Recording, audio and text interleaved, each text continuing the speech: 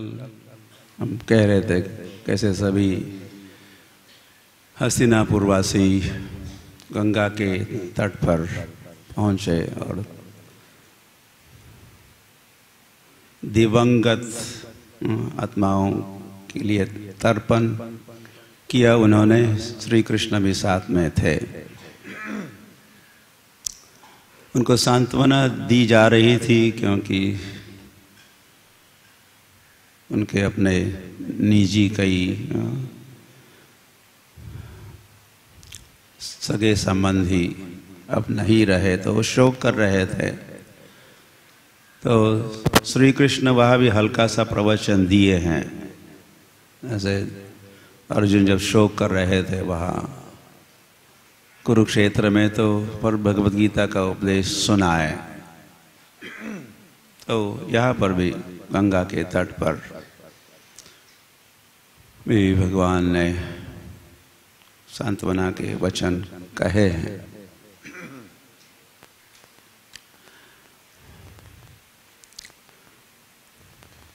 तो लौटते हैं तो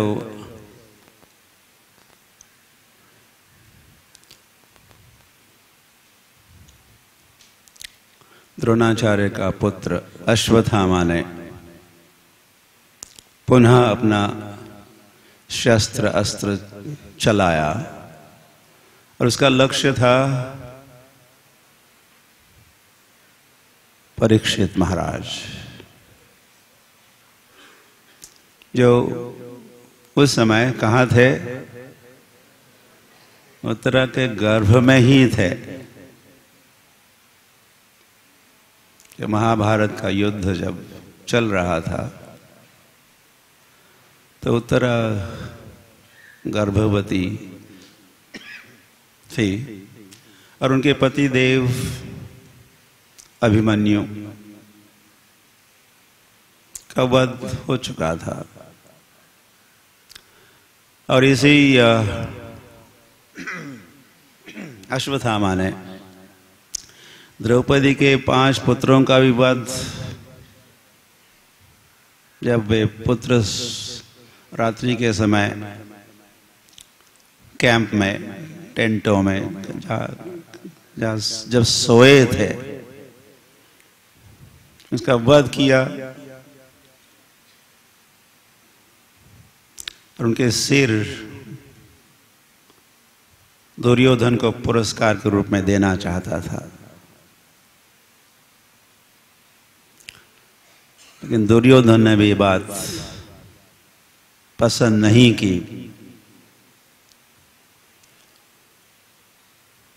जो भी किया अश्वत्थामा ने, तो वह अब तो उन 5 पुत्रों का वध हुआ।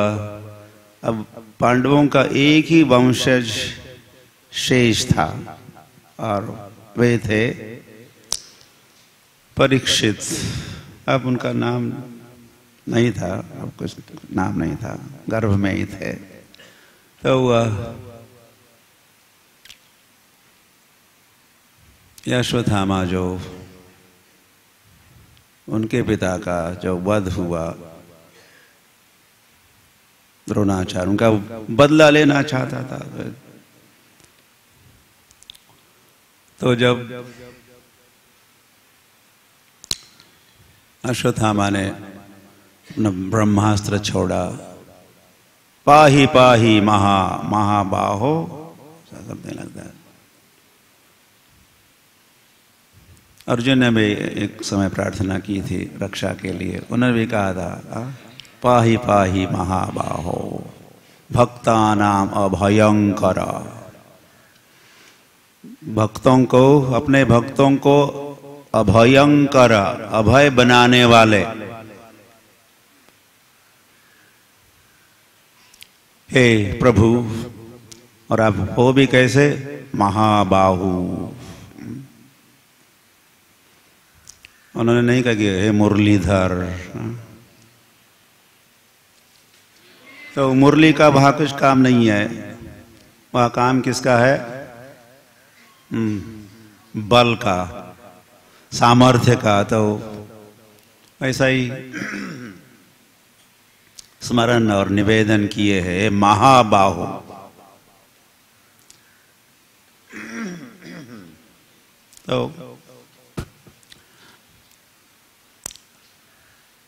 तो श्री कृष्ण हस्तिनापुर में थे ही,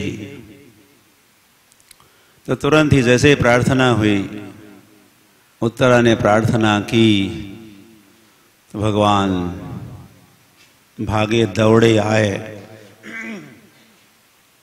न मे भक्तः प्रणश्यति, अभी अभी उन्होंने वादा किया था कुरुक्षेत्र में, वैसे कहलवाया था, अर्जुन तुम कहो, तुम कहो। क्या कह रहे हैं तुमको?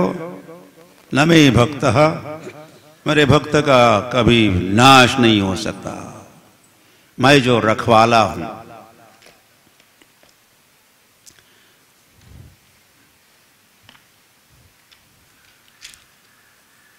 महायोगिन कहा है, पाही पाही महायोगिन, देव देव जगतपते। ये उत्तरा के वचन है, प्रार्थना है। न अन्यम त्वद अभयम पश्ये यत्र मृत्यु परस्परम। मैं जानती हूं और कोई नहीं है। राखे कृष्णा, मारे के मारे कृष्णा। तो अगर कृष्णा अगर रक्षा करना चाहते तो कौन मार सकता है? तो जब तो भगवान ने प्रार्थना सुनी है और सुदर्शनेन स्वअस्त्रेण, भगवान ने तुरंत ही सुदर्शन, सुदर्शन आगे दौड़ा। आगे वैसे दौड़ा नहीं, और भगवान ने उत्तरा के गर्भ में प्रवेश किया। गर्भ का आकार कुछ सीमित ही होता है, तो उस गर्भ में प्रवेश करने के लिए उतने ही आकार का, वैसे अंगुष्ठ कहते हैं, जितना अंगूठा बड़ा है होता है, उतने आकार के भगवान बन गए। उनके हाथ भी है, सभी अवयव या सर्वांग है, हाथ भी है, हाथ में गदा ली है। छोटे आकार के भगवान, हाथ कितना बड़ा होगा, उसमें फिर गदा। तो हुआ, तो वे कृष्णा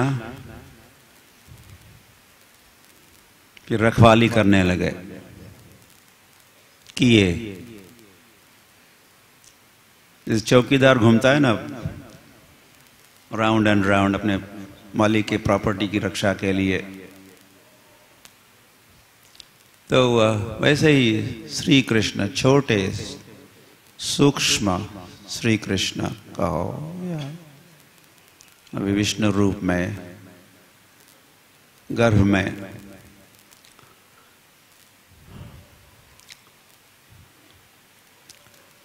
रक्षा किए। हरि बोल।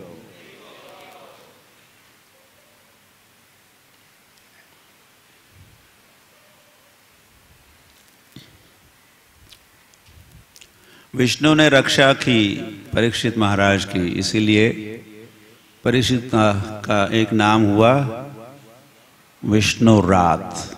आप सुने पढ़े होंगे विष्णु रात। विष्णु बने जिनके रखवाले, विष्णु रात। तो जब जन्म हुआ तो परीक्षित महाराज ने वैसे गर्भ में ही दर्शन भी किया, भगवान का दर्शन किया, और फिर जब जन्मे तो फिर पुनः उसी व्यक्ति का दर्शन करना चाहते थे। तो जब वे देख रहे थे, खोज रहे थे, कहाँ है, कौन है जिनको मैं माँ के गर्भ में देखा,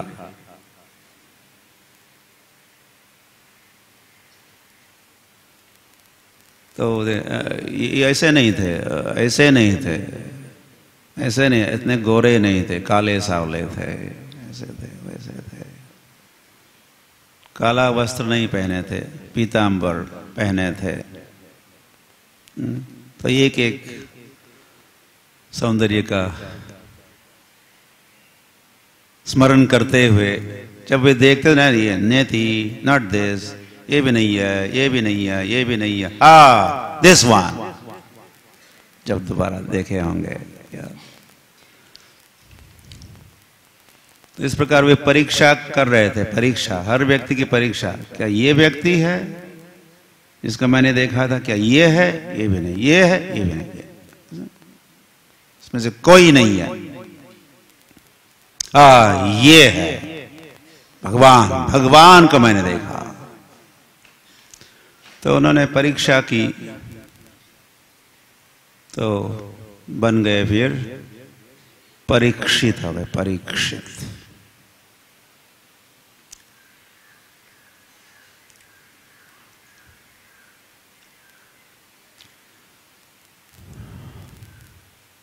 हमारे परीक्षित महाराज का फिर जन्म हुआ, जन्म हस्तिनापुर के ही जन्म है। परीक्षित महाराज की बर्थ प्लेस कौन सी? हस्तिनापुर।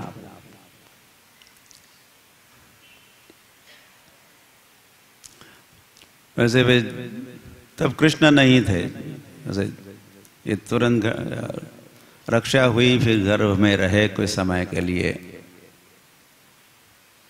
कृष्ण जो यहाँ हस्तिनापुर में थे, कृष्ण ने प्रस्थान किया हुआ है। उसके पहले कुंती महारानी ने प्रार्थना की है,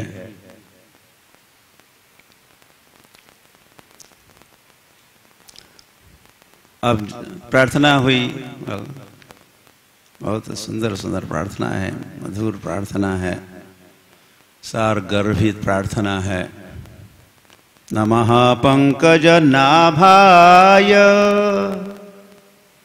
नमः पंकज मालिने, नमः पंकज नेत्राय, नमस्ते पंकजांघ्रये। ऐसा कुछ आप स्मरण भी कर सकते हो। ये प्रार्थना इतनी सरल और मधुर भी है,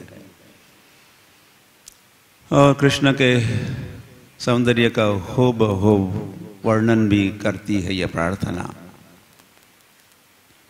कृष्ण को देखा, वैसे प्रार्थना करने के लिए कुंती महारानी के लिए बड़ा आसान है। कृष्ण को देख ही रही, दर्शन कर रही है कृष्ण के नाभि का शायद दर्शन या पहले श्रवण किया होगा। तो नमः, किसको नमः? नमः पंकज नाभाय, हे पंकज नाभ, आपको नमस्कार।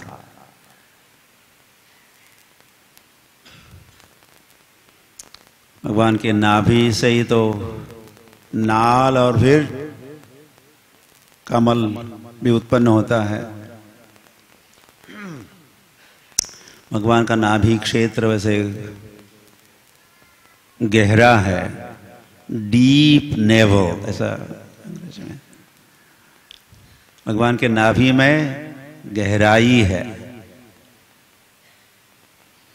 उनकी बुद्धि भी गहरी है,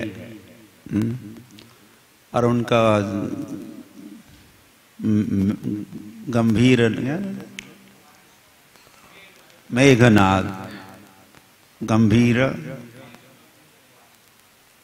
और उनकी वाचा भी गंभीर है। तीन बातें गंभीर या गहरी बताई जाती है, अगर आप नोट करना चाहते। एक नाभि है, भगवान की बुद्धि है, और भगवान का ध्वनि है या कंठ है। तो नमः पंकज नाभाय, नमः पंकज नेत्राय। भगवान के नेत्र कैसे है? पंकज, पंकज नेत्राय।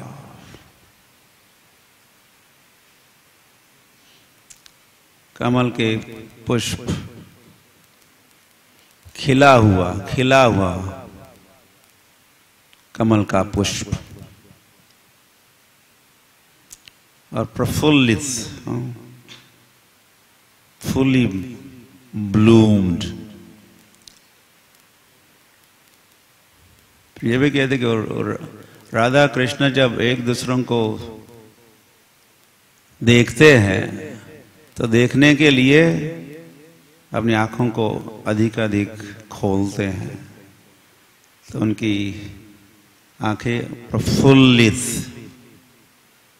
उन्होंने देखा तो अब हम देखेंगे और भी आंखें बड़ी करते रहते हैं। हाँ? राधा कृष्ण में कंपटीशन होता है, वो एक दूसरों का दर्शन कर रहे हैं। एक ने इतनी आंख खोल दे तो नेक्स्ट टाइम इतनी इसीलिए भगवान के नेत्र कैसे है, विशाल भी है और कमल नयनी है। इसमें लालिमा भी है, भगवान के आंखों में ही लालिमा है। जगन्नाथ के जब दर्शन आप करोगे तो जगन्नाथ भगवान के आंखों में यहाँ क्या दिखाई देगा आपको, लालिमा, लाल।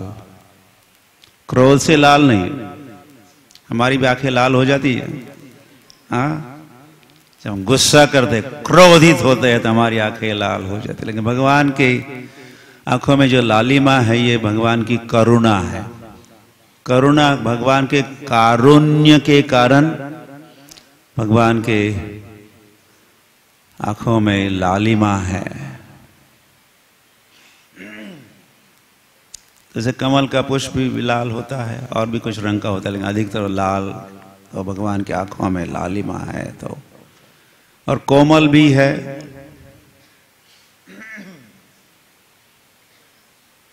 और सुगंधित भी है।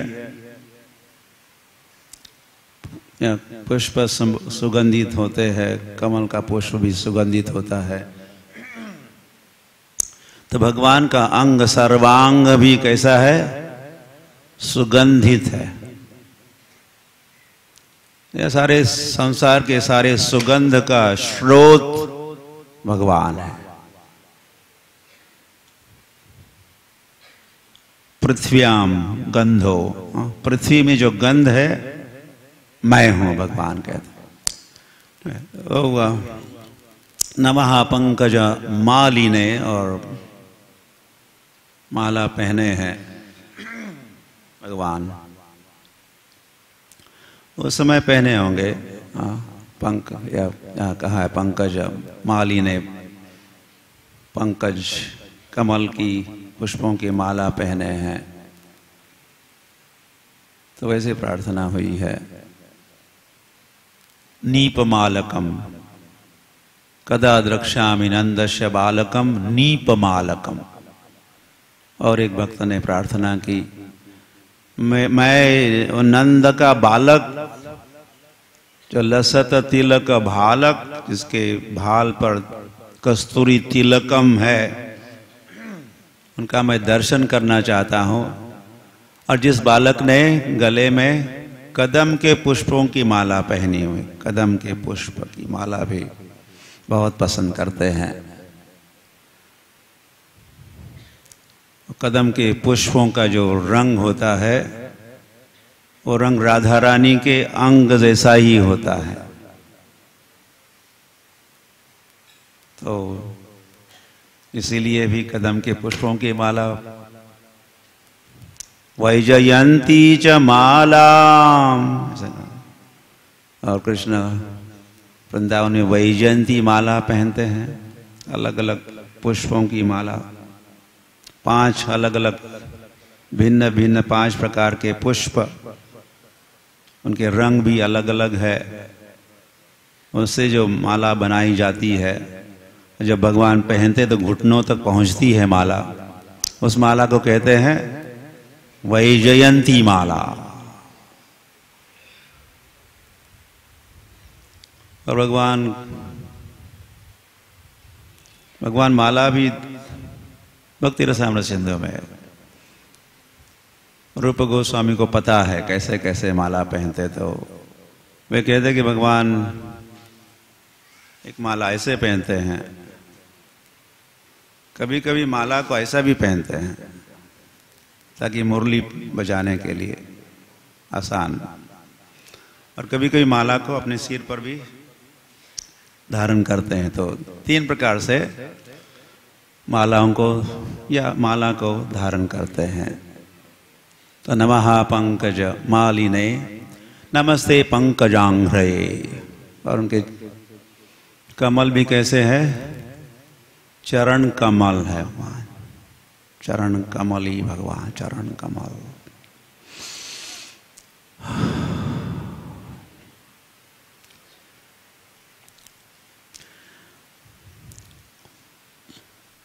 यथा ऋषिकेश, फिर संबोधित कर रही है कृष्ण को जो रथ में विराजमान है। हे ऋषिकेश, आपने क्या किया, वो जो खलेन कंसेन, आपने उस खल का, उस बदमाश का वध तो फिर अंततो गत्वा किए ही।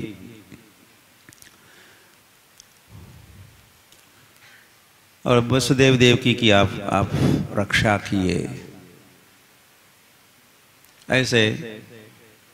ऐसे श्री कृष्ण का स्मरण करते हुए प्रार्थना कर रही है। विमोचिता अहम, वहां अपने वसुदेव देवकी, क्योंकि उनके भाई भी है, लगते हैं भाई है, मेरे भाई की आपने रक्षा की,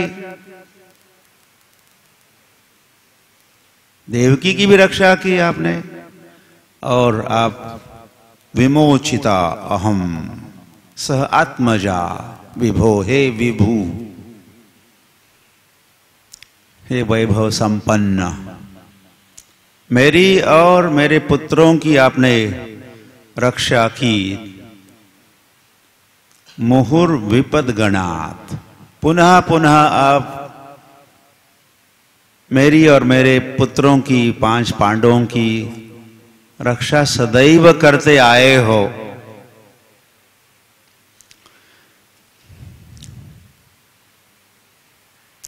भीम को जहर पिलाया गया था, उससे आपने रक्षा की कि नहीं?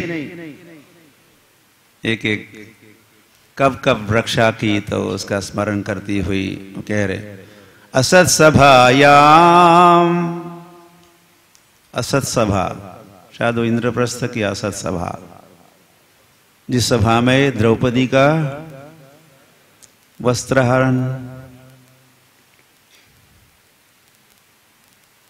का प्रयास चल रहा था।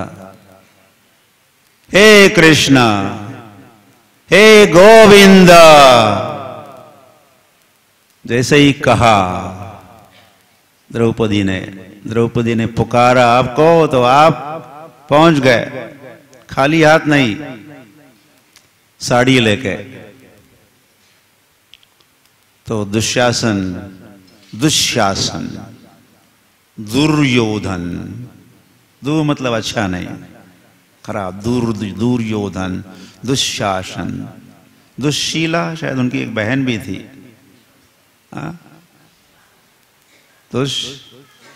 दुशाला, सारे दूर, ये ऐसे दूर ही है सब।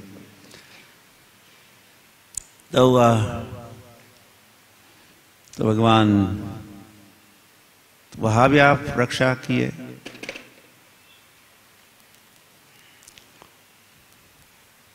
ढेर के ढेर, साड़ी का ढेर, और दुशासन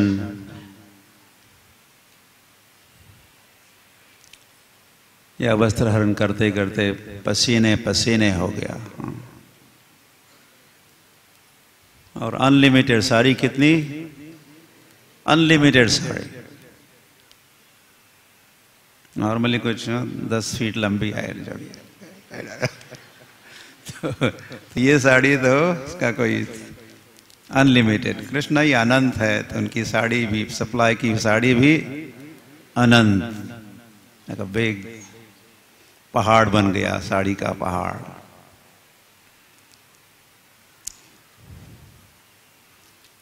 भगवान को थोड़ा दो तो उसके भगवान कृतज्ञ है। भगवान के 64 गुणों में एक गुण कहा है कृतज्ञ। भगवान कैसे है? एक होता है कृतज्ञ और दूसरा होता है कृतघ्न। ऐसे दो प्रकार के लोग इस संसार में होते हैं। कृतज्ञ और उन्हें कुछ सहायता की, उपकार किया, उसका जो स्मरण रखे और फिर ददाति प्रतिगृह्णाति, मैं भी कुछ उस व्यक्ति के लिए करूं, मेरा उत्तरदायित्व बनता है, ऐसा जो स्मरण रखे और करे तो वो कृतज्ञ कहलाता। और जो किया हुआ उपकार, मदद को जो भूल जाता है, बदले में कुछ नहीं करता, उनके लिए करना नहीं चाहता, तो उसको कृतघ्न कहते हैं। लेकिन भगवान का एक गुण कैसा है? कृतज्ञ है भगवान। थोड़ा कुछ करो तो उसके बदले में बहुत कुछ देते हैं। इतनी जो साड़ी दी द्रौपदी की सेवा में, तो द्रौपदी ने एक छोटा सा साड़ी का टुकड़ा ही दिया था। आपको याद है जब कृष्ण एक समय रसोई घर में मदद कर रहे थे, उनको तो कोई एक्सपीरियंस नहीं, वो तो धनुष बाण वगैरह चला सकते हैं और बहुत कुछ कर सकते हैं, लेकिन किचन में तो कुछ सब्जी काट रहे थे। I will cut this vegetable, मैं काटता हूँ। तो सब्जी काट रहे थे, कोई अभ्यास नहीं था काटने का, तो सब्जी काटते काटते उन्होंने अपनी उंगली काट दी, खून बहने लगा। तो वहाँ जो स्त्रियाँ उपस्थित थी सोच रही थी, हाँ कुछ बैंडेज कुछ बांधना चाहिए। तो वह कहते सुभद्रा भी थी, वो भी खोज रही थी साड़ी को। अपना अलमीरा खोल दिया उसने, ये साड़ी तो मेरी मैरिज साड़ी है, ये तो बनारसी है, ये तो ऐसी है, वो तो ऐसी है, वो। तो खोजती रही, ये इसको तोड़ दूं, इससे फाड़ दूं, इससे कुछ बैंडेज बना दूं। इतने में द्रौपदी को जब पता चला तो और कहीं गई नहीं खोजती हुई, तो जो साड़ी पहनी थी फाड़ दिया, बांध दिया बैंडेज। हो सकता है ओनली 6 इंचेस, 6 इंच लंबी थोड़ी सी पट्टी ऐसी लपेट ली, बैंडेज बना दिया। तो भगवान ने याद रखा, अब इस रुक्मिणी के लिए, द्रौपदी के लिए मुझे कुछ करना होगा। तो अब अवसर मिला, तो भगवान ने इतनी सारी साड़ी दे दी। तो कुंती महारानी कह रहे असत सभायाम, और उस सभा में द्रौपदी वस्त्रहरण के समय मृधे मृधे कई सारे युद्धों में, और अभी भी कुरुक्षेत्र का युद्ध तो हो ही चुका था। आपने मेरे पुत्रों की रक्षा की, आपने वनवास कृच्छ्रतः, हम जब मैं भी और मेरे पुत्र भी वनवास में थे, तो अब पग पग पर आप सहायता करते रहे। और फिर कह रहे अभी अभी हस्तिनापुर में आपने पुनः उत्तरा की रक्षा की, या उत्तरा के अपत्य की रक्षा की, परीक्षित महाराज की रक्षा करने वाले। तो अभी घटना घटी थी। तो उसका भी स्मरण करती हुई अपनी प्रार्थना में कह रहे, हरे अभिरक्षिताः। तो हम पर संकट आते रहे और आप सब समय क्या करते रहे, हमारी सहायता करते ही रहते हो।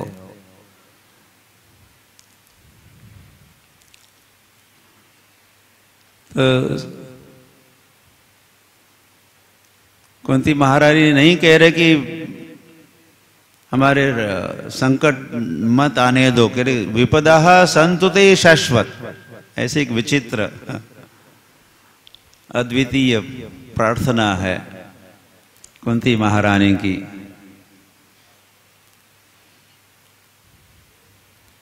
तो कह रही है, विपदाः सन्तु ते शाश्वत यत्र यत्र जगत गुरोः भवतो दर्शनम यत् स्यात् पुनर् अभव दर्शनम अपुनर्भव दर्शनम। कहते पुनः पुनः संकट आने दो, संकट आने दो। भवतु दर्शनम, भवतु विपदा सन्तु ते शाश्वत, पुनः पुनः विपद संकट आने दो। क्योंकि वो सोचती है कि जब भी संकट आएगा हम क्या करेंगे, आपका स्मरण करेंगे। हम जानते हैं कि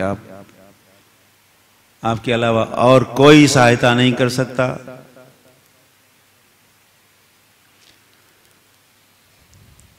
तो हम आपका स्मरण करेंगे और आप फिर भागे दौड़े आओगे, आपका दर्शन होगा और उस दर्शन से फिर क्या होगा, अपुनर्भव दर्शनम। इस संसार का, इस भव सागर का पुनः दर्शन हमें नहीं करना होगा।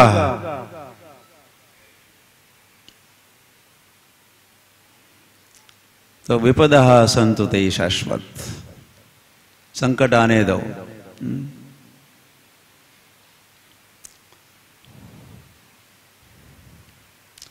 वैसे भी लोग संकट आने पर क्या करते हैं, माय गॉड, फिर गॉड की याद आती है। दुख में सुमरन सब करे, सुख में करे न कोई। और फिर दुख का एका होए, और सुख में अगर कोई स्मरण करेगा तो फिर दुख आएगा ही कहां से।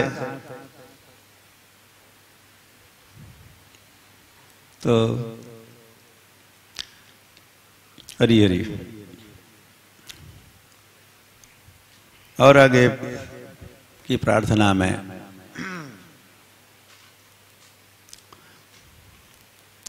लेकिन कुछ लोग हैं भगवान का स्मरण करते ही नहीं, भगवान को प्रार्थना नहीं करते, स्मरण नहीं करते, बड़ा उनका घमंड है, घमंडी है। कुछ लोग बड़े घमंडी होते हैं, उनको नशा आई होती है, नशा में है। किसकी नशा? तो चार बातों का उल्लेख करती है कुंती महारानी। जन्म, ऐश्वर्य, श्रुत, श्रीभीर। चार बातों के कारण लोग, या उनको नशा आती है या उनको घमंड होता है, अपने जन्म का घमंड। हम ऐसे ऐसे फलाने घराने के हैं,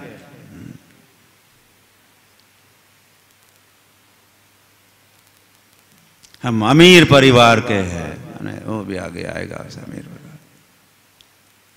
तो इस बात का घमंड। हर एक को हमारा परिवार छोटा है या मोटा है, घराना, हर एक को लगता हमारा घराना ही, हमारे घराना जैसा और कोई है ही नहीं। जन्म, वी आर अमेरिकन, ऐसा भी हम अमेरिकन है, हम यहाँ के, हम फिर वहां के, हम बंबई के, मेरा जन्म बॉम्बे का है। बंबई में कहना बॉम्बे कहना, बॉम्बे। आप क्या समझे? आपका जन्म तो किसी गांव में हुआ, मैं बंबई का जन्मा, बॉम्बे, मैटरनिटी होम में। तो हर एक को गर्व होता है। फिर कहते गर्वाचे घर नेहमीच खाली। तो हुआ जन्म, ऐश्वर्य, फिर धन, धन का घमंड होता है। यह भागवत में कहा धनांध, हम धन के कारण हम अंधे बन जा, धनांध बन, धन बनाता है हमको अंधा। वो कुबेर के पुत्र मणिग्रीव और नलकुवर, उनको भी अपने अमीरी का घमंड, और उस अमीरी ने उनको अंधा बनाया। तो नारद मुनि वहीं से गुजर रहे थे, नारायण नारायण करते हुए, लेकिन ये अंधे कुबेर के पुत्र धनांध, उनको शायद दिखे नहीं, या देखने पर भी कुछ ज्यादा कुछ अंतर तो नहीं आया। कुछ युवतियों के साथ वो चल रहा था, उनका नंगा नाच चल रहा था, या स्नान कर रहे थे, स्विमिंग, दिस दैट, कुछ ठीक से वस्त्र भी नहीं पहने थे।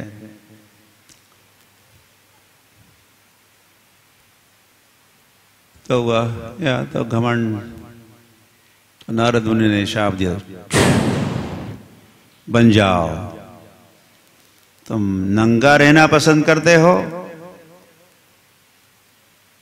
टॉपलेस बॉटमलेस, तो ठीक है, तुम पेड़ बन जाओ। अगले जीवन में कौन बनो? पेड़ बनो, फिर टेलर के पास जाने की जरूरत नहीं।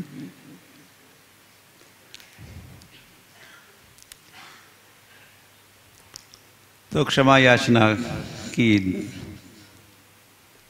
नलकुवर मणिग्रीव ने, तो फिर ठीक ठीक है, लेकिन मैंने शाप तो दिया तुमको, अभी वृक्ष तो बनना ही होगा, लेकिन थोड़ा एडजस्टमेंट करते हैं हमारे शाप में।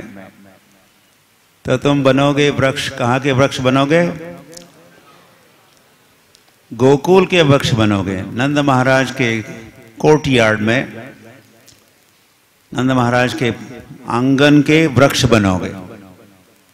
तो बन गए वो वृक्ष गोकुल में, और कितने हजारों वर्ष वो वृक्ष योनि में रहे, और फिर उद्धार हुआ सही।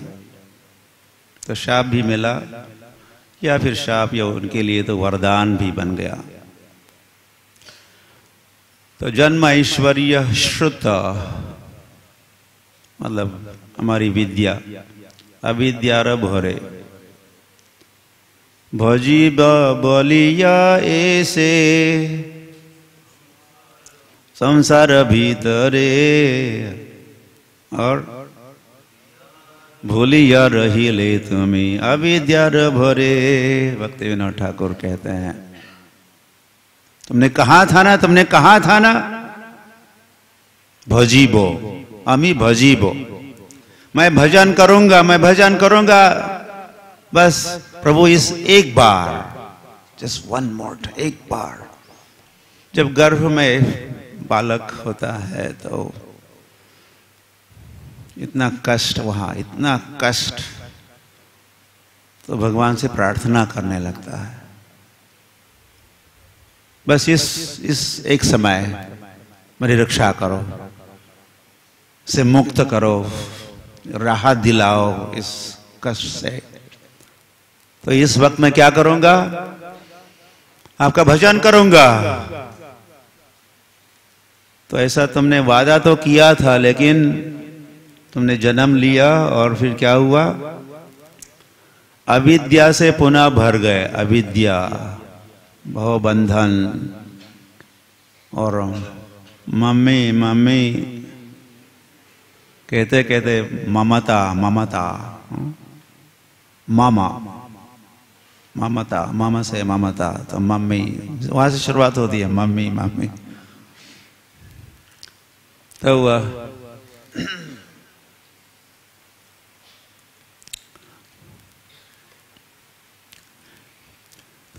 या दिस इज क्या चल रहा है, श्रुति, ओके। तो अविद्या हमको पुनः भुला देती है, जो हमने वादा किया था, भजी बाबल भजी बाबलिया ऐसे संसार भीतरे, संसार में तुम आ तो गए, भजन करूंगा ऐसा वादा तो किया था, लेकिन फिर तुमने ऐसी सारी पढ़ाई तुम्हारी हुई, एजुकेशन, फिर ओवरसीज एजुकेशन भी हुआ, और उसके लिए पैसे वगैरह नहीं थे तो तुमने उधार लिए, ओवरसीज एजुकेशन लोन लिया, और लिखे पढ़े तुम बने,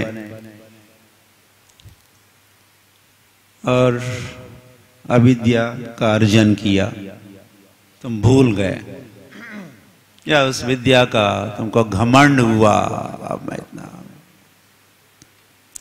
या कोई भक्त कह रहा था अभी बम्बई में कुछ दिन पहले, मैं जब गांव में जाता हूं तो वहां प्रचार करना आसान है, लोग तो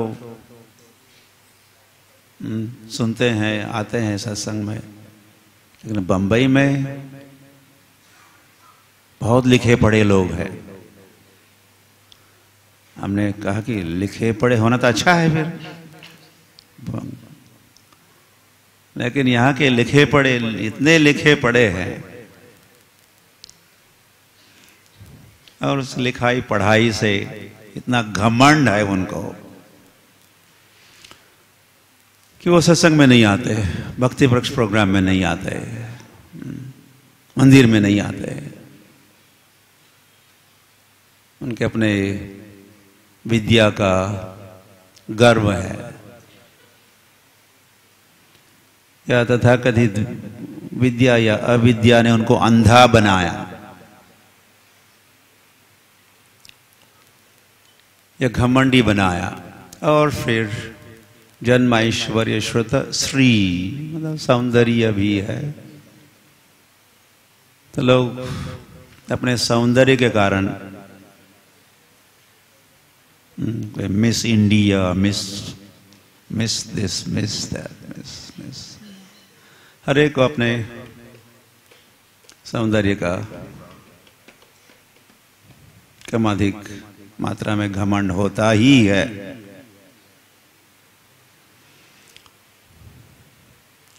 और ये ऐसा तथाकथित सौंदर्य, इसमें ज्यादा कुछ गहराई वगैरह नहीं होती। कितनी गहराई होती है, जितनी हमारी चमड़ी गहरी है,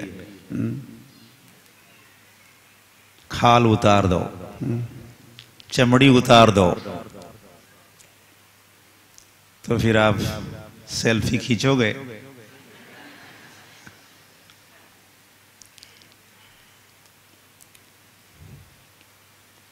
रियल यू,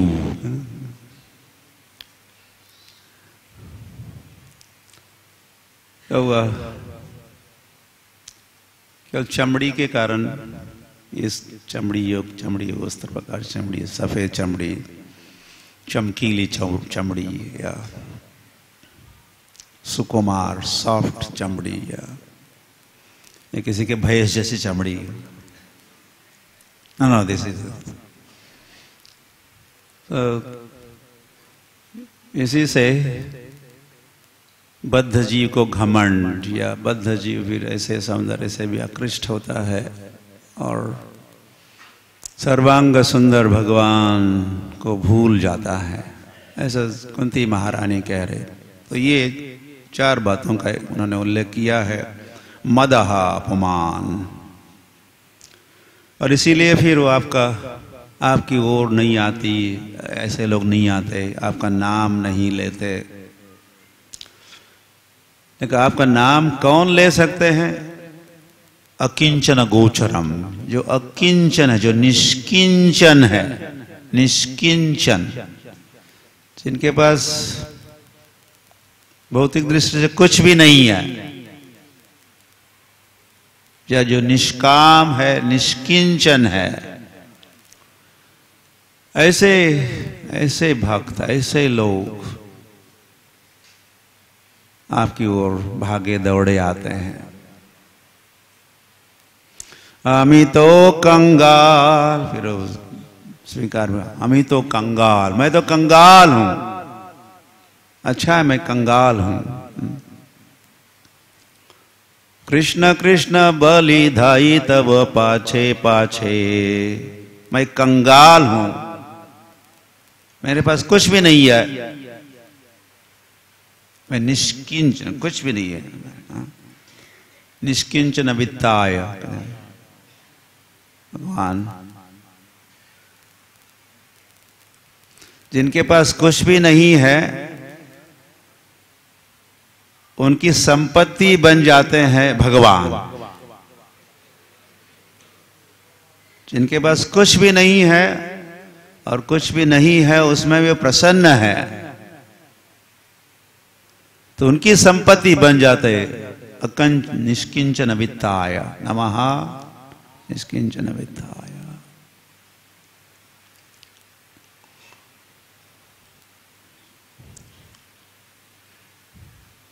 कोई भौतिक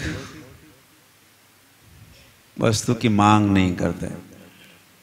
जैसे सुदामा थे, सुदामा, तो उनको तो कृष्ण प्राप्त थे। वैसे भी पत्नी ने कहना है, प्रभु जी, प्रभु हमारा कुछ नहीं है, कुछ तो आपके मित्र इतने अमीर है, द्वारकाधीश की, ये द्वारकाधीश है, जाइए, जरूर कुछ दे देंगे, आप मदद करेंगे, सम फाइनेंशियल असिस्टेंस मिल जाएगा, आप जाइए तो सही। तो नहीं जाना चाहते थे, लेकिन उनको लगा ठीक है, इसके बहाने से दर्शन तो होगा, मैं मेरे मित्र को, द्वारकाधीश को मिलूंगा। तो गए, मिले। मैं क्या कहना, श्री कृष्ण जो गृहस्थ थे और क्षत्रिय थे, और सुदामा भी गृहस्थ थे, गृहस्थ तो थे लेकिन थे ब्राह्मण थे। तो ब्राह्मण तो ब्राह्मण देवता का देव श्रेष्ठ होते, सब उनकी पदवी सर्वोपरि होती है। उत्तमांग, जैसे शरीर में सिर उत्तमांग, ऊंचा भी है, उत्तम भी माना जाता है, तो समाज रूपी जो शरीर है, या तो उसका ब्राह्मण सिर होता है, क्षत्रिय बाहु होते हैं, वैश्य पेट होता है, और वैश्य शूद्रों की तुलना पैर चरणों के साथ की गई है। तो भगवान ने क्षत्रिय होने के नाते और अपना मित्र ब्राह्मण है तो उनका सत्कार सम्मान किया।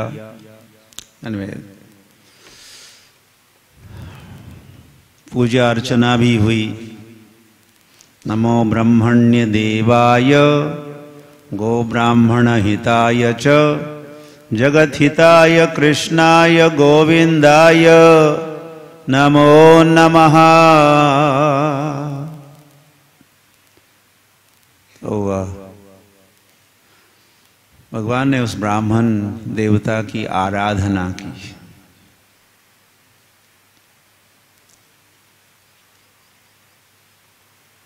इसका वर्णन फिर भागवत में ही सारा वर्णन है विस्तार से।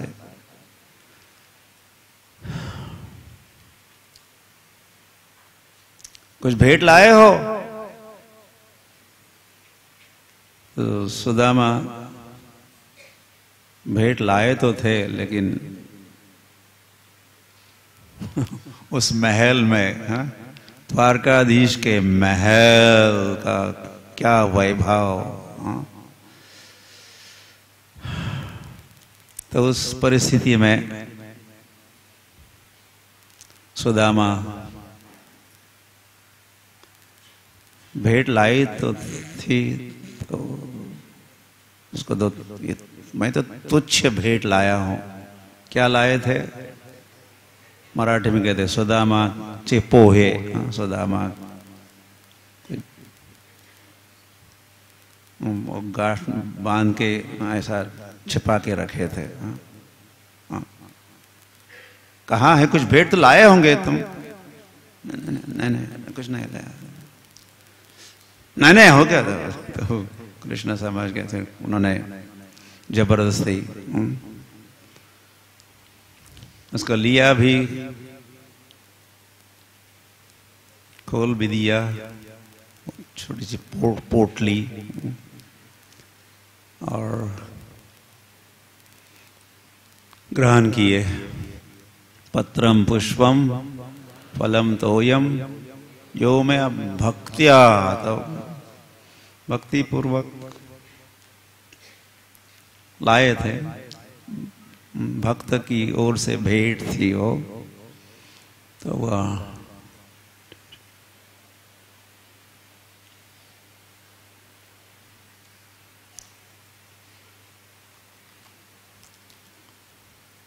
तो दोबारा और ले लिया, और दोबारा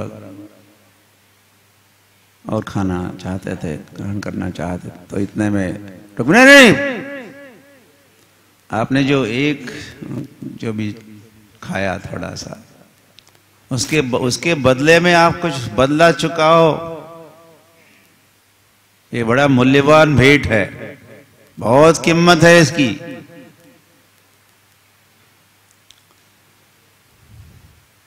तो इतना एक ही बार खाएगा द्वारकाधीश। तो रात को रहे। ये कथा थोड़ी और लंबी बन रही है, मुझे तो आगे सही होता है। और दूसरे दिन सुदामा लौट रहे हैं, सुदामापुरी लौट रहे। आजकल का जो पोरबंदर है, गुजरात में पोरबंदर नाम का एक समय शायद बंदरगाह था, पोर्ट, जहाँ फिर आगे महात्मा गांधी का भी जन्म हुआ। और न जाने क्यों कुछ लोग समझते हैं सुदामा का पुनः अवतार हुआ बापूजी के रूप में। लेकिन कहाँ सुदामा और कहाँ ये M.K. गांधी। कुछ भले थे, ठीक थे, लेकिन भक्ति भाव की दृष्टि से बहुत अंतर इन दोनों में। एक देशभक्त, दूसरे कृष्ण भक्त।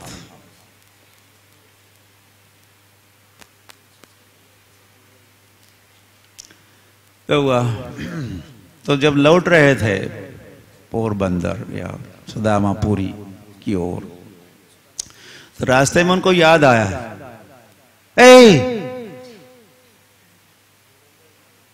मैंने कुछ मांगा ही नहीं। मेरे पत्नी ने मुझे जिस उद्देश्य से भेजा था, कुछ तो ले आओ, कुछ तो दे देंगे। तो मांगना ही भूल गया। ये बात उनको रास्ते में याद आई।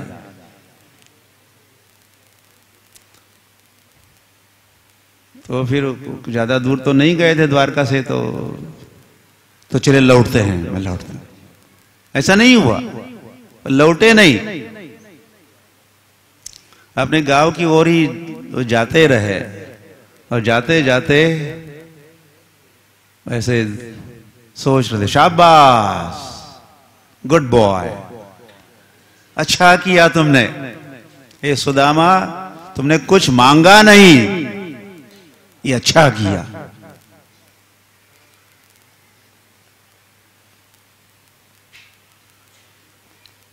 और फिर वे सोच रहे थे,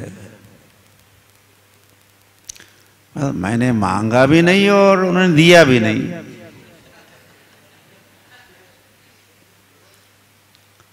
हाँ हाँ सोच रहे वे, मैं जानता हूं उन्होंने क्यों नहीं दिया। अगर वो मुझे देते धन तो मैं क्या होता, फिर मैं मिडिल ईस्ट की शॉपिंग के लिए दुबई जाता, यहाँ जाता, पार्टी होती, ये होता वो होता।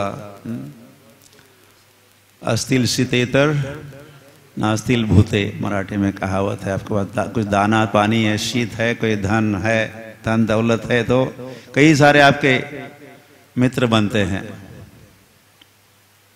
ओ मामा मामा कहेंगे, मौसी कहेंगे, ये कहेंगे, वो कहेंगे, हाँ? कामापुरता मामा, ओ मामा, ओ मामा। या कुछ छाछ चाहिए, बूढ़ी मैया है, आजी भाई, ताकापुरती आजी भाई।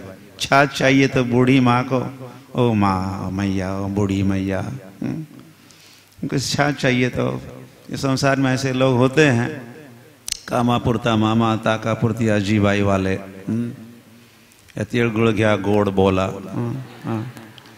मीठे बोलने वाले, ये ले लो मीठा बोलो।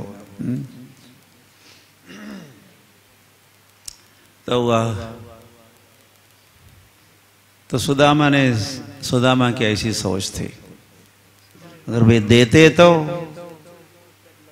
यही होता, जन्म ऐश्वर्य श्रुत श्री से मैं मदान्वित या मैं अंधा बनता,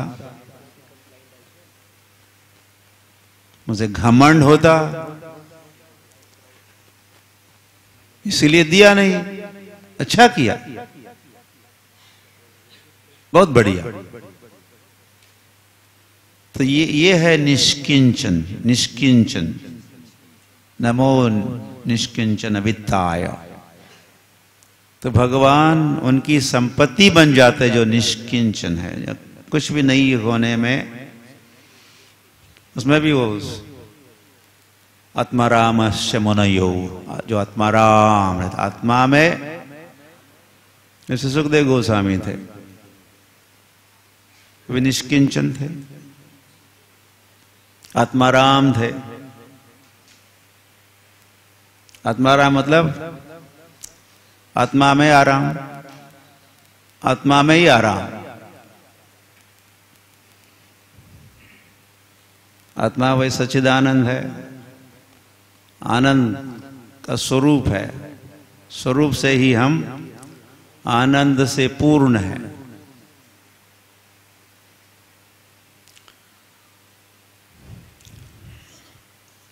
हरि हरि। तो हुआ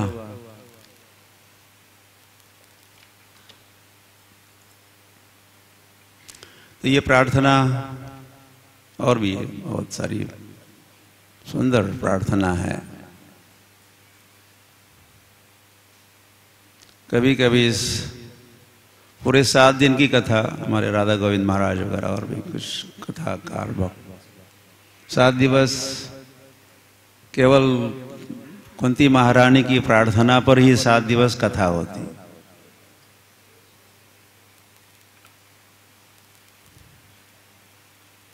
ऐसा महिमा है इस कुंती महारानी के प्रार्थना का,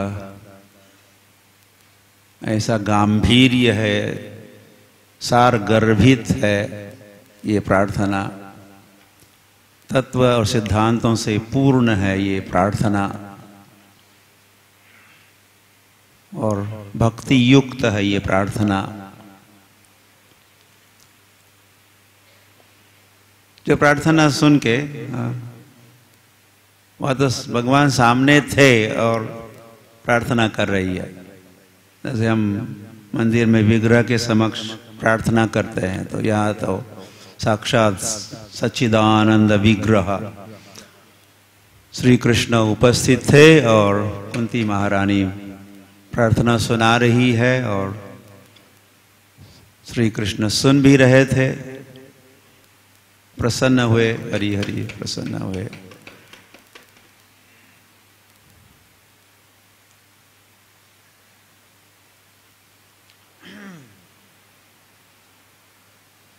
सुख संपत्ति घर आवे, कष्ट मिटे तन का। ये भी प्रार्थना है, हमारे देश की प्रसिद्ध प्रार्थना। कन्याकुमारी से लेकर जम्मू कश्मीर तक ये प्रार्थना चलती है। सुख संपत्ति घर आवे, कष्ट मिटे तन का। मानो भगवान आके मालिश करो, कष्ट मिटे तन का।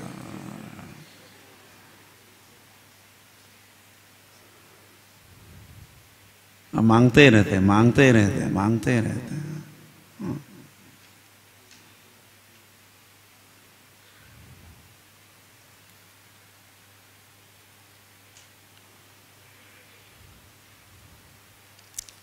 तो कर्म मिश्रित भक्ति, वो भक्ति फिर कर्म मिश्रित भक्ति या ज्ञान मिश्र भक्ति या मिश्रित, शुद्ध भक्ति नहीं।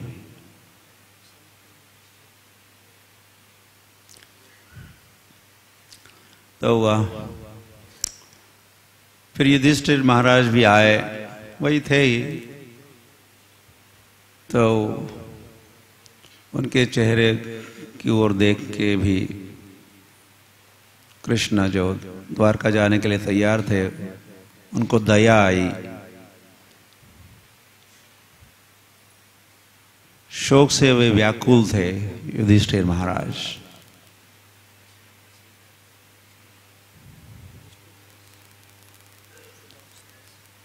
वे नहीं चाहते थे कि हस्तिनापुर छोड़ के कृष्ण जाए द्वारका की ओर। चाहते कि वे रहे, अपना संग दे, मुझे कुछ समझाए बुझाए। तो रथ में विराजमान थे, प्रस्थान करना था। तो कुंती महारानी की इस प्रार्थना के उपरांत और युधिष्ठिर महाराज से वगैरह मिले, और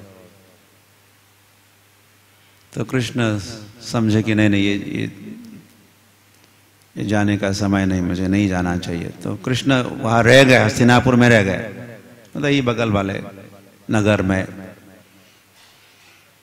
जो संसार की राजधानी एक समय रहा करती थी, भारतवर्ष की राजधानी, कैपिटल। तो इतने में फिर कुरुक्षेत्र से समाचार आया। क्या समाचार? भीष्म पितामह प्रस्थान के लिए, प्रयाण के लिए की तैयारी कर रहे हैं। उनको इच्छा मृत्यु प्राप्त था, जब चाहे वो शरीर को त्याग सकते थे, ऐसा वरदान। तो मकर संक्रांति के दिन उनको प्रस्थान करना था। तो फिर कृष्ण पुनः पांडवों के साथ पुनः कुरुक्षेत्र गए, और वहां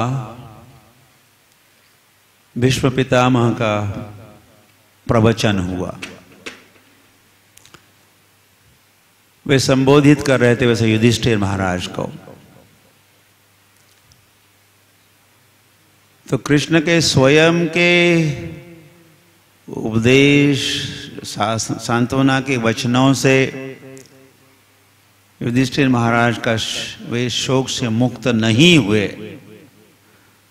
तो भगवान ने देखा, ठीक है, अब मेरे भक्त के वाणी की शक्ति देखो। सारे संसार को दिखाया।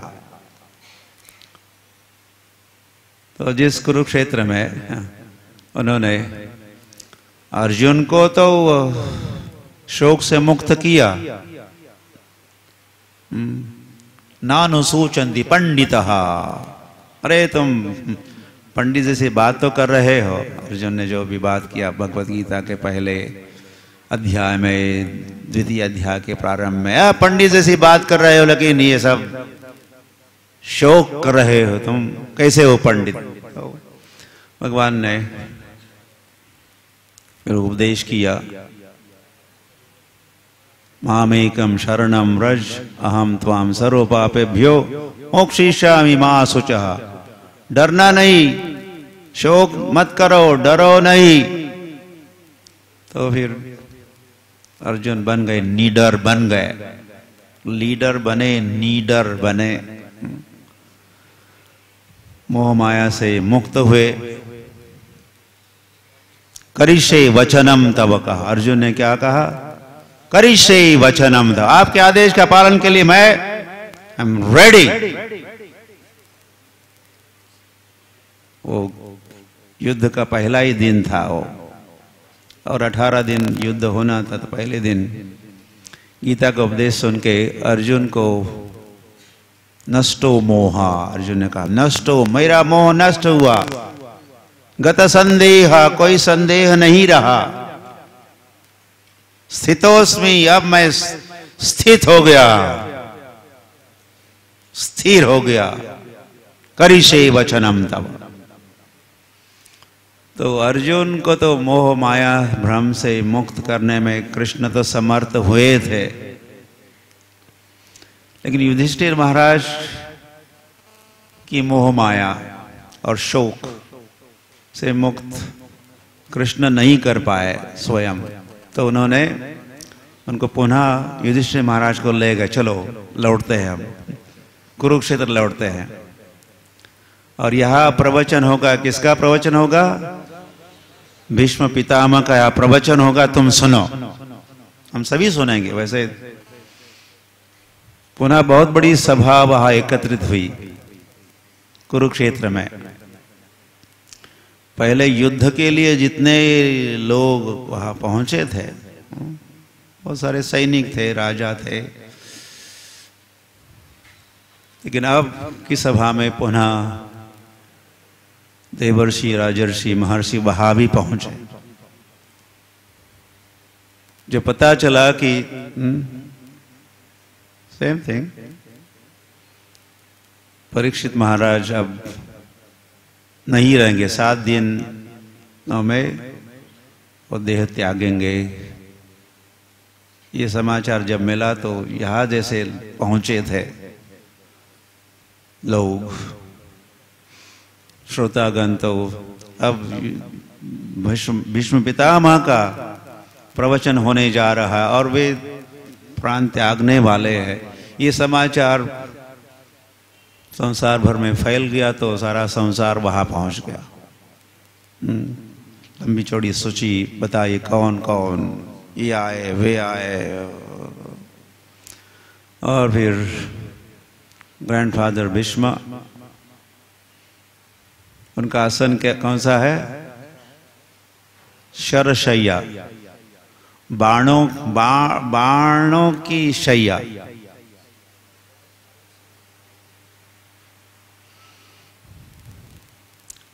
लेकिन वह समाधिस्थ है, कोई विचलित नहीं है।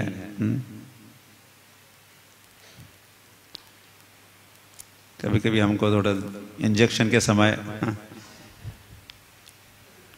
इवन आई भी दड़ा,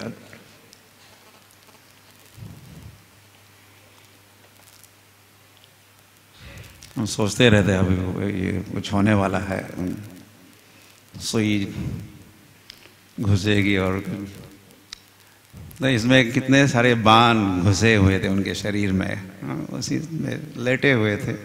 तो वहीं से उन्होंने भाषण ठोका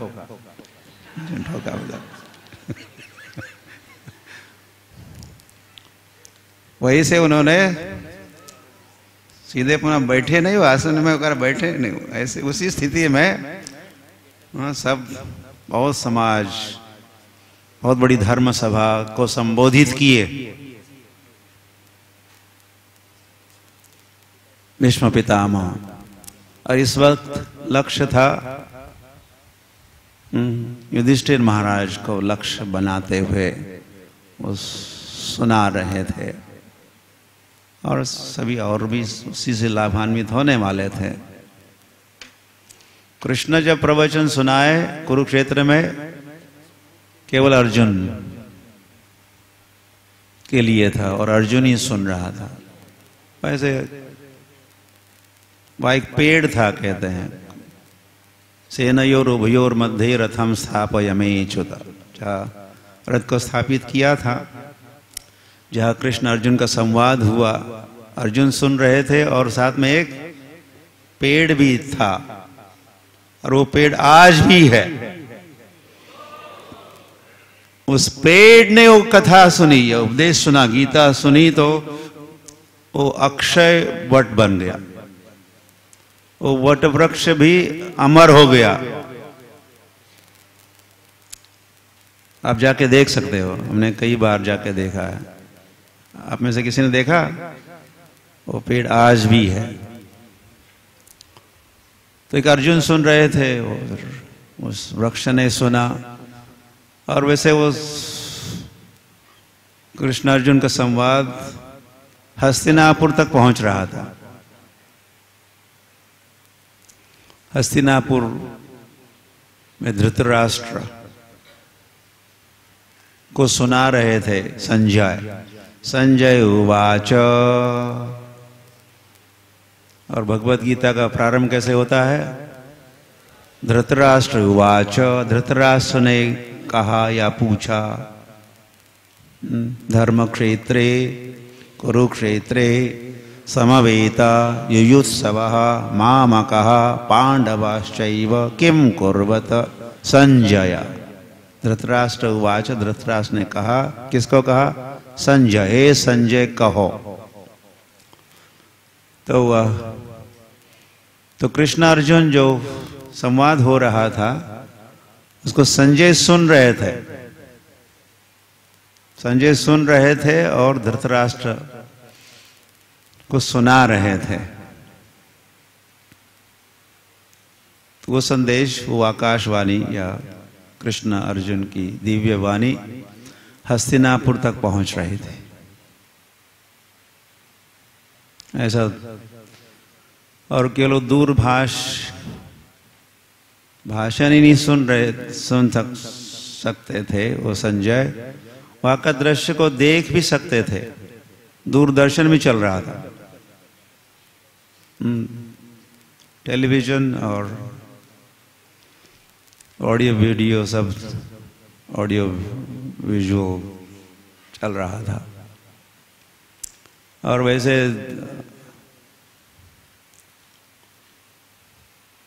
केवल जो भी समक्ष था, समक्ष प्रत्यक्ष तो नहीं था, परोक्ष में ही था। परोक्ष समझते हो? और कहीं था कुरुक्षेत्र में। संजय और धृतराष्ट्र बैठे हस्तिनापुर में। कितना दूर होगा? होगा कुछ 150, 200, how much? How far? 160 to be precise. 160 kilometre दूर है यहाँ से। तो 160 मील दूरी, ये कोई दूरी नहीं रही संजय के लिए। मानो वो सब उनके समक्ष हो रहा था, देख रहे थे। और केवल देख ही नहीं रहे थे, कौन क्या सोच रहा है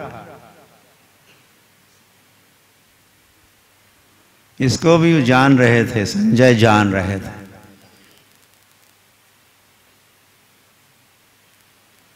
अब धृतराष्ट्र ने ऐसे दुर्योधन ऐसा सोच रहे हैं, अर्जुन के मन में ऐसे विचार उत्पन्न हो रहे हैं। ऐसे कमेंट भी हमको भगवत गीता के मध्य में हम सुनते हैं। उनके अंतिम क्षणों में कृष्ण वहां आए थे, वहां बैठे थे और उनका दर्शन करते करते, कृष्ण का दर्शन करते करते करते करते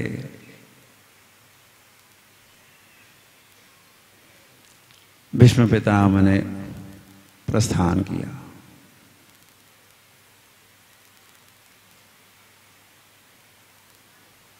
महाप्रयाण।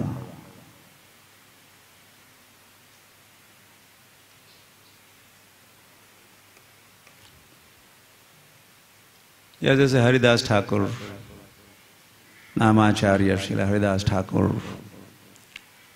के प्रयाण की तुलना वैसे भीष्म पितामह के प्रयाण के साथ की जाती है। हरिदास ठाकुर उनका जो निवास स्थान सिद्ध बकुल में, तो श्री कृष्ण चैतन्य महाप्रभु कीर्तन करते हुए आए प्रातःकाल के समय, थिंक सो। तो नामाचार्य कौन है? नामाचार्य हरिदास ठाकुर कौन है? ब्रह्म हरिदास ठाकुर। ऐसे ब्रह्मदेव, वो ब्रह्मा आए और बने ब्रह्म हरिदास या ठाकुर हरिदास नामाचार्य बने, या बनाया श्री कृष्ण चैतन्य महाप्रभु ने।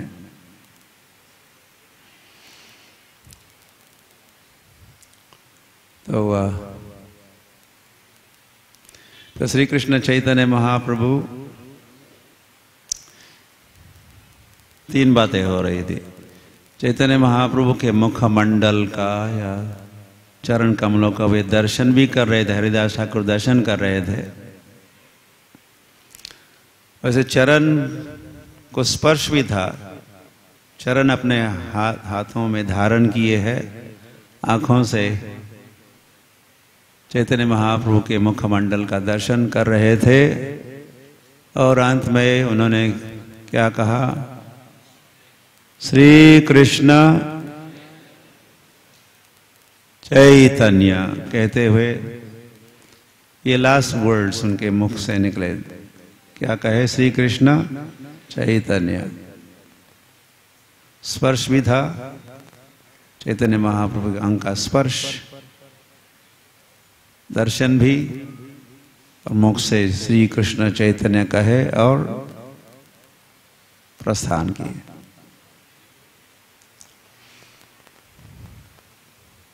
अंते नारायण स्मृति ही।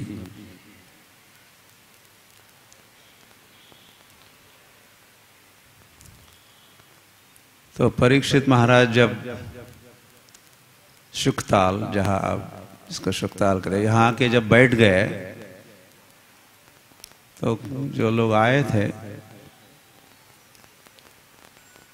सुखदेव गोस्वामी के पहले जो पहुंचे थे, तो विचार विमर्श हो रहा था।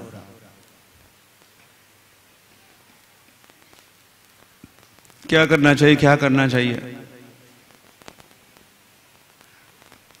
ताकि क्या हो जाए? अंते नारायण स्मृति, ताकि राजा परीक्षित अंत में उनको क्या हो जाए? नारायण का स्मरण हो। ऐसा कुछ कार्य, कृत्य, विधि, विधान को उनको अपनाना चाहिए ताकि अंते नारायण स्मृति, अंत में उनको नारायण की स्मृति होगी।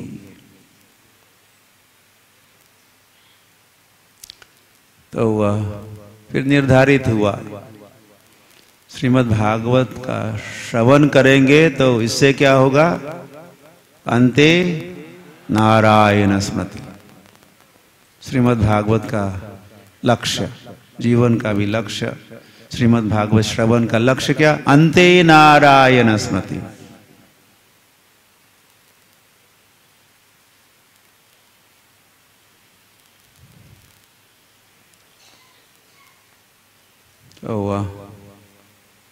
तो श्रीमद् भागवत कथा हुई ताकि अंते नारायण स्मृति।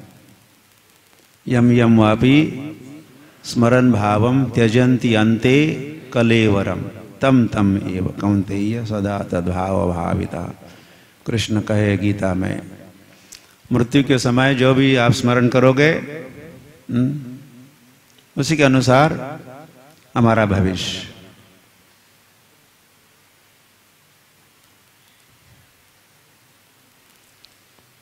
और फिर जीवन भर जो मैंने सोचा है, किया है, उसी का तो स्मरण आता है, उसी का तो स्मरण होगा अंतिम क्षणों में,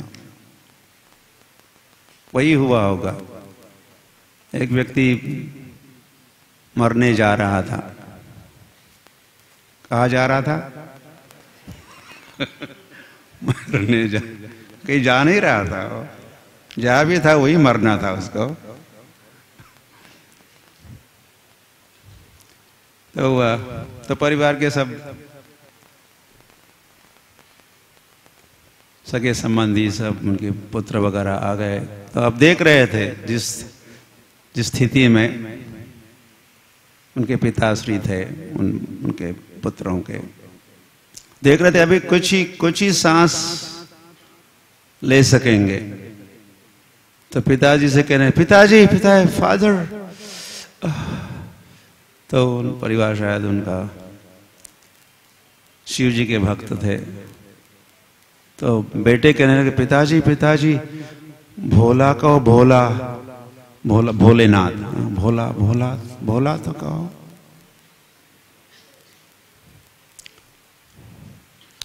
लेकिन पिताजी ने कहा कोका कोला।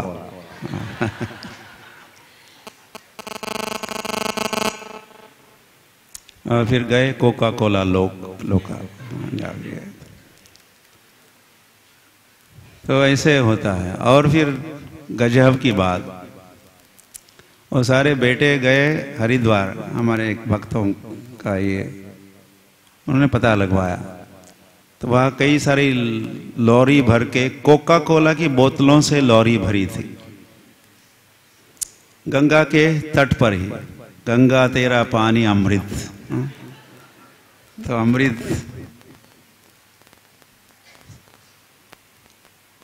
मई गंगा बह रहे, उसके तट पर कोका कोला की बोतलें बांट रहे हैं। तो पूछा गया, वाह क्या कर रहे हो? तो फिर उन्होंने सारी कहानी सुनाई।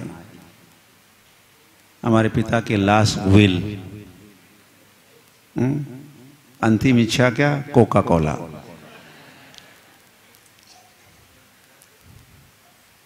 कैसे बदमाश और मूड बेटे भी, वहाँ कोका कोला का बोतलें बांट रहे हैं।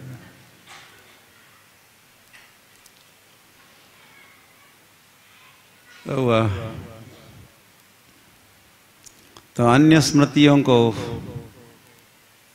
हटा के, मिटा के, उस स्थान पर कृष्ण का स्मरण, भगवान का स्मरण की स्थापना हमारे चेतना में, भाव में, हृदय प्रांगण में।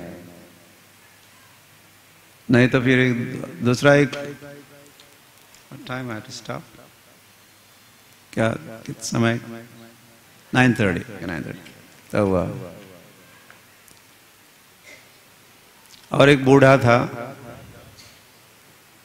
कहानी अच्छी लगती है आपको? लेकिन बूढ़ों की कहानियां चल रही, जवान की नहीं है वो। और भी मरने जा रहा था, उसको बहुत बुखार आया था। ये सोने चांदी का व्यापारी था, केशव प्रभु।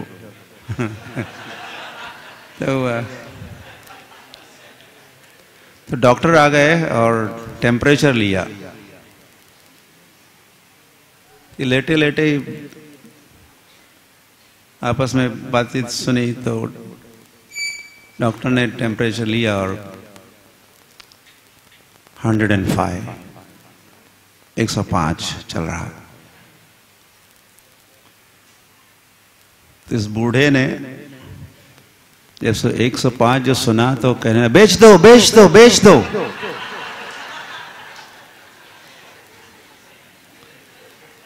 क्या बेच दो? सोना बेच दो। उसको लगा कि हमने जो पहले सोना खरीदा था 80 रुपए तोला खरीदा था, पुराने जमाने की बात है, अभी तो नहीं मिलेगा आपको। तो 80 रुपए में खरीदा था, अब 105 भाव हो गया। 100 तो जो भी सुना उसको लगा कि इसका कुछ पैसे से कोई संबंध है। भाव से कोई संबंध। 105 हुआ तो 80 का खरीदा हुआ सोना भी 105 में बिक रहा है, तो बेच दो कहने लगा। तो बेच दो कहते ही हरी बोल हुआ उसका।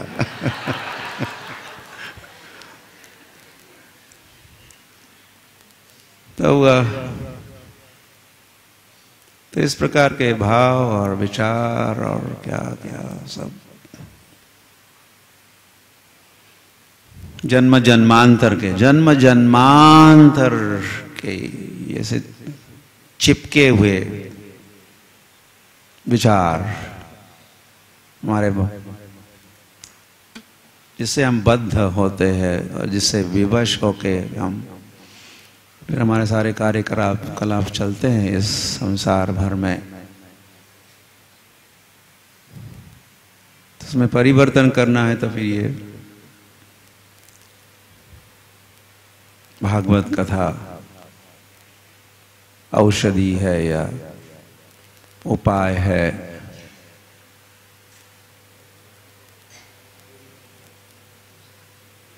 हृदयंतस्तहि अभद्रानि विधुनोति श्रुतसताम। तुम्हारे हृदय प्रांगण में गहराई में जाकर ये भागवत कथा मतलब भगवान ही है। भागवत कथा मतलब क्या? भगवान है। कथा से भगवान अलग नहीं है। भगवान पहुंचते हैं और करते घिसाई करते हैं, साफ करते हैं, स्वच्छ करते हैं। चेतो दर्पण मार्जनम।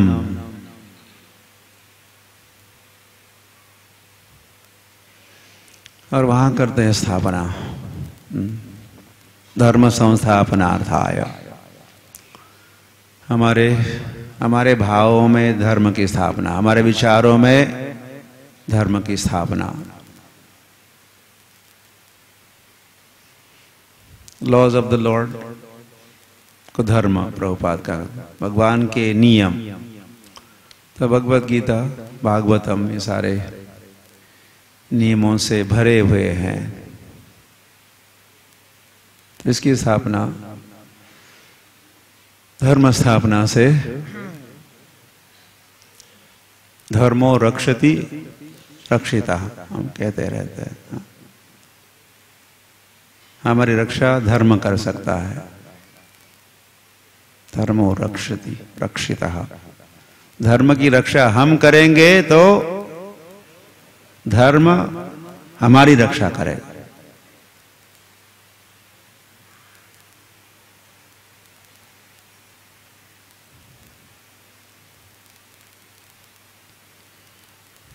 हरे कृष्ण कृष्ण कृष्ण हरे हरे, हरे राम राम राम हरे हरे। तो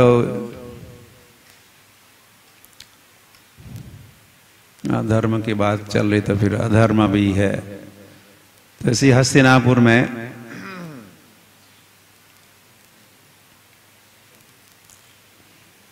कली आ गया, कली आधम का।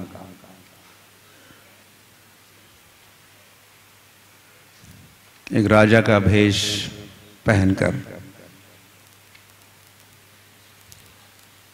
और अपने लक्षण दिखा रहा था। क्या कर रहा था? गाय को पीट रहा था, शायद हत्या करना है उसका उद्देश्य होगा। तो हुआ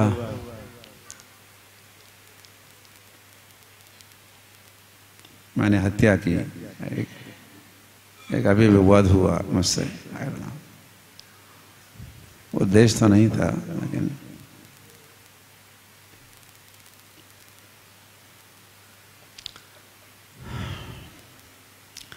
तो राजा परीक्षित महाराज ने वो जब दृश्य देखा, गाय का वध के प्रयास में कोई उद्यम में कोई कर रहा है, तैयारी कर रहा है गाय को परेशान करने की, तो ऐसे थे राजा परीक्षित। तो उन्होंने स्वयं अपनी तलवार से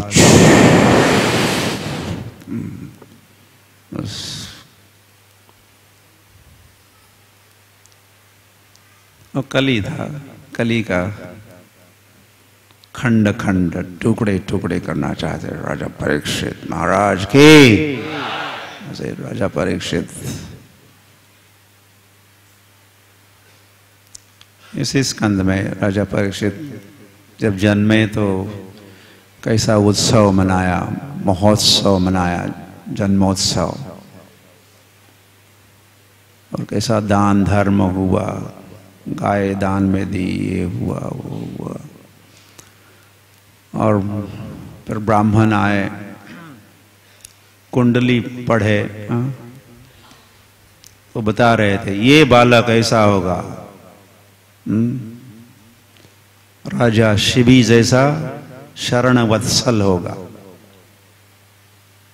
कोई शरणागत है तो अपना अपना वात्सल्य प्रदर्शित करने वाला शिवी राजा, और राम जैसा ये होगा, सिंह जैसा पराक्रमी होगा। ये ऐसे बहुत बहुत बढ़िया समझाए हैं,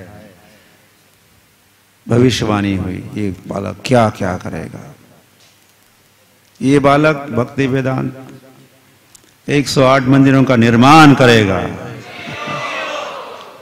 जैसे कहा था, और भी कुछ। तो राजा परीक्षित जब जन्मे तब बहुत सारी घोषणाएं हुई, उनके गुण और कार्य के संबंध में। तो कली हम सुने ही है, कली प्रकट हुआ। भगवान इस संसार से अलग होते ही 125 वर्ष थे भगवान श्री कृष्ण पृथ्वी पर, धरातल पर।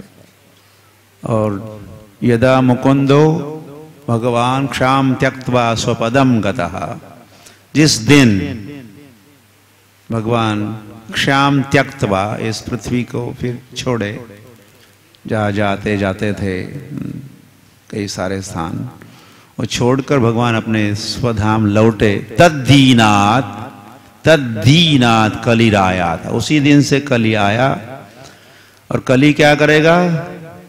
सर्व साधन बाधकः, सभी के साधनों में बाधा उत्पन्न करेगा ये कली।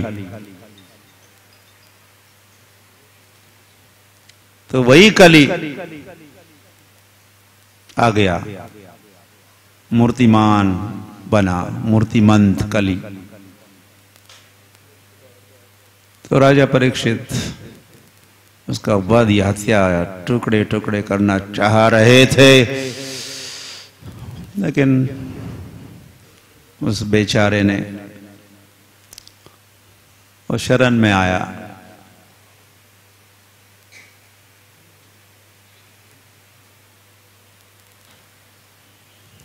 तो कभी कभी दंड देने से क्षमा करना उचित या ऊंची बात मानी समझी जाती है। तो कली को क्षमा किए, मतलब पूरा तो नहीं, कुछ दंड भी मिलने वाला है। तो जान तो नहीं ली, लेकिन कहा कि तो वो कह रहे थे मुझे कोई स्थान दे दो ना, मुझे स्थान दे दो आपके साम्राज्य में, कली को कोई स्थान। तो फिर उस समय राजा परीक्षित ने कहा था, श्रीमद् भागवत का ये प्रसंग है प्रथम स्कंद में। तो तुम 4 स्थानों पर रह सकते हो, 1 2 3 4। वो कौन से स्थान? द्यूतम, या द्यूत क्रीड़ा होती है।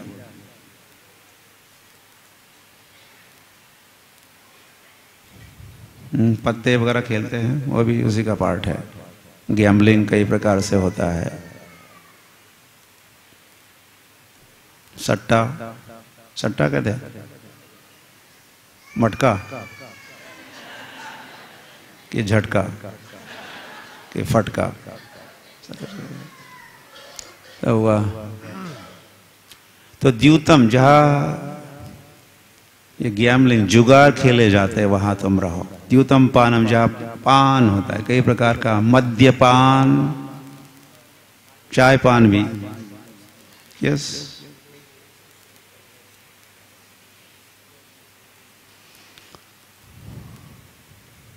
कई प्रकार के खान पान। जो फिर बद्रिकाश्रम में पहुंच गए ना, चाय की आखिरी दुकान, तो कल ही पहुंच गया, बद्रिकाश्रम में पहुंच गया। उसको कहा था कि जहाँ अलग अलग पेय, फिर से नशा उत्पन्न होती है, नशापान जहाँ होता है वहां रहो। फिर जहाँ द्यूतम पानम, फिर क्या, सुना, सुना, या जहाँ मांस भक्षण होता हो, या अभक्ष भक्षण होता हो, वहां तुम रहो।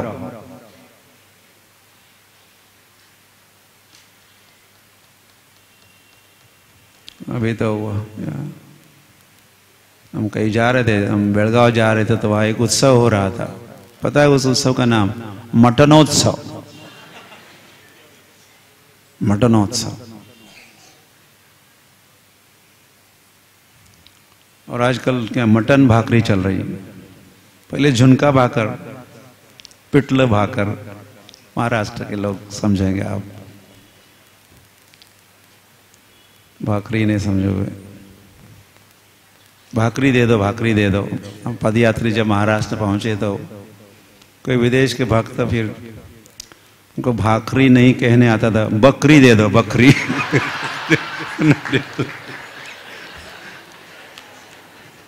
गांव के लोग हैरान हो गए, साधु है और बकरी दे दो। तो जवार की भाकरी होती है, जवार। तो वह, तो उसके साथ और कुछ के साथ, साग सब्जी के साथ पूड़ी भाजी या भाजी भाकरी लोग खाया कर। लेकिन आजकल क्या हो रहा है? मटन भाकरी, मटन के साथ भाकरी। तो जहां यह मांस मछली का भक्षण होता है वहां तुम रहो। और चौथा स्थान, जहां अवैध स्त्री पुरुष संग होता हो, अविधि पूर्वक,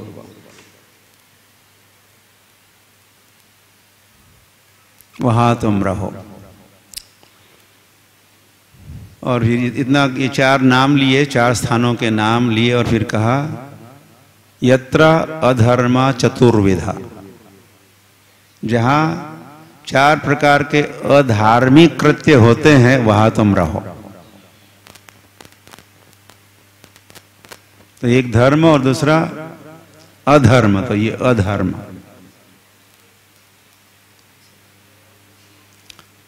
ये अधार्मिक कृत्य और अधर्म के क्षेत्र, ये 4 है। तो इससे बचने के लिए ही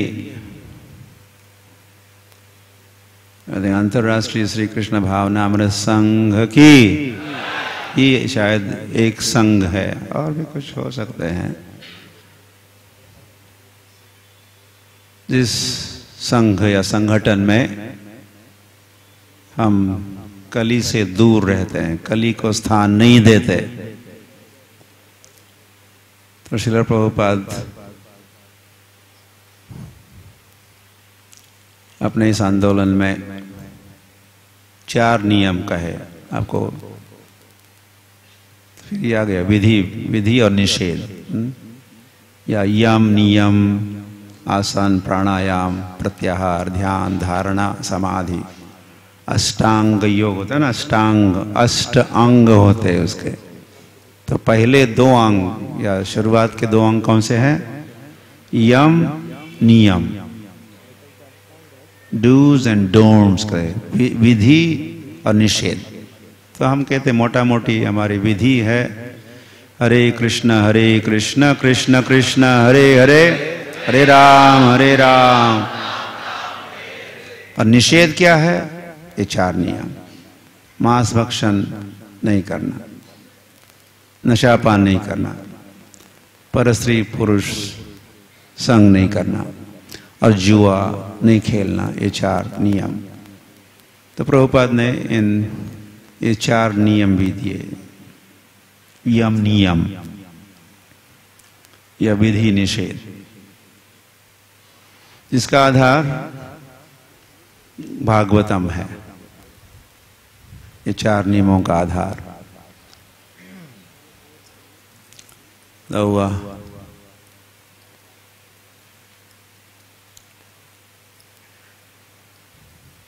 साधुर धर्म स्थापन हेतु साधुर व्यवहार। Thank you. तो धर्म स्थापन हेतु साधुर व्यवहार, ऐसे चैतन्य महाप्रभु मथुरा में कहे थे। वो सनौड़िया ब्राह्मण से जब मिले थे, या सनौड़िया ब्राह्मण वहाँ के सदगृहस्थ ब्राह्मण थे, तो उनसे जब मिले तो चैतन्य महाप्रभु साधुर व्यवहार, धर्म स्थापना के लिए साधु का व्यवहार।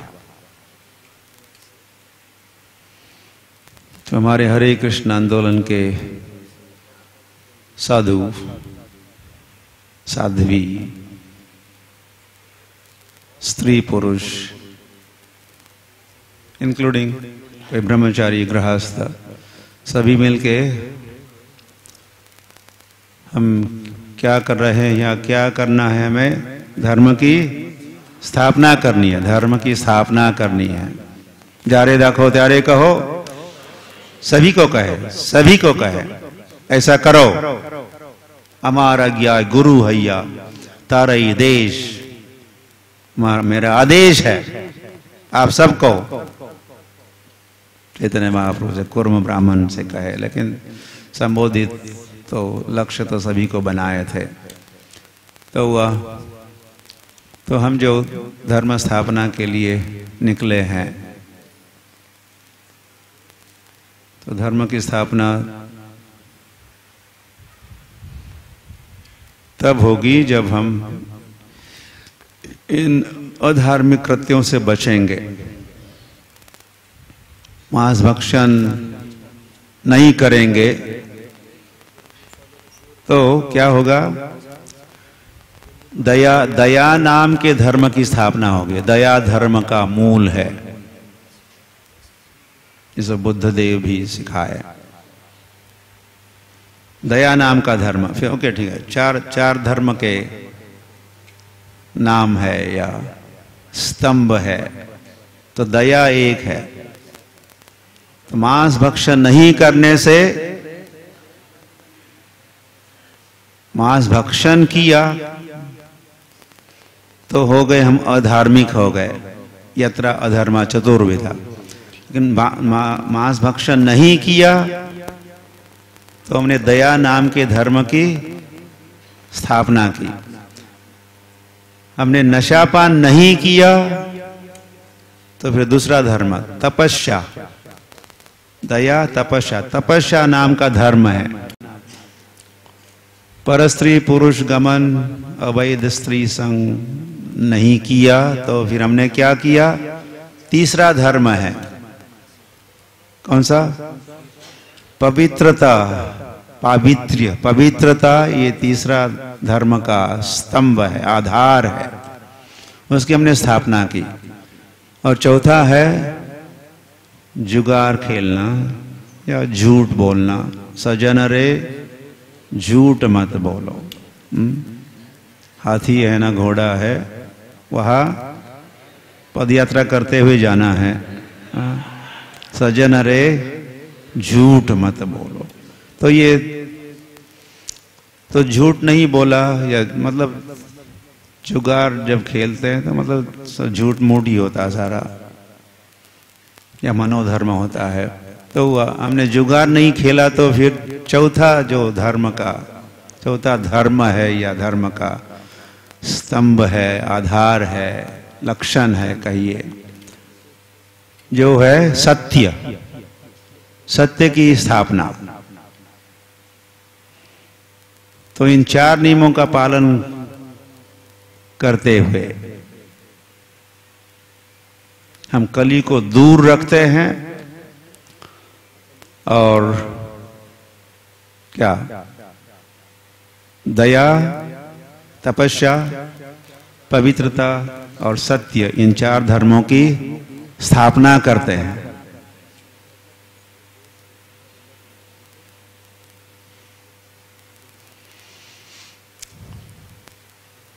तो जो भागवत कथा लोग सुनते तो रहते हैं, कथा के ऊपर कथाएं चलती तो रहती है, लेकिन ये भागवत की शिक्षा है। कली के लक्षण बड़े स्पष्ट कहे, सारा इतिहास ही कली का कैसे जन्म हुआ और कली का कैसे सामना किया राजा परीक्षित ने, और फिर उसको वचन दिए कि हाँ तुम ऐसे ऐसे स्थानों पर रह सकते हो। तो श्रील प्रभुपाद उसको भली भांति नोट किए भागवत के इस प्रसंग और कहो और तो भागवत धर्म की स्थापना करनी है, तो भागवत के सिद्धांतों की स्थापना श्रील प्रभुपाद अपने आंदोलन में विश्व भर में कर रहे हैं।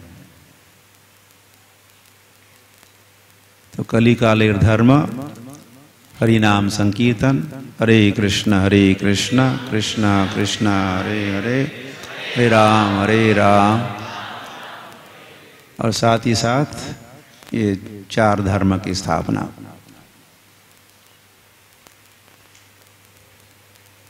चार नियमों का पालन करके हम धर्म की स्थापना करते हैं। ऐसा हमारा धर्म स्थापना हेतु साधुर व्यवहार, ऐसा व्यवहार, ऐसा आचरण, ऐसा खान पान इत्यादि से हम धर्म की, भागवत धर्म की स्थापना करते हैं। तो ये सब भागवत से हमें सीखना समझना है।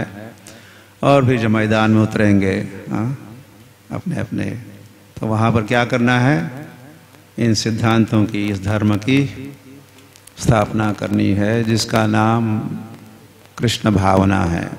Krishna consciousness, international society for Krishna consciousness, Krishna भावना भावित संघ की, प्रभुपाद की, ग्रंथराज श्रीमद् भागवतम की।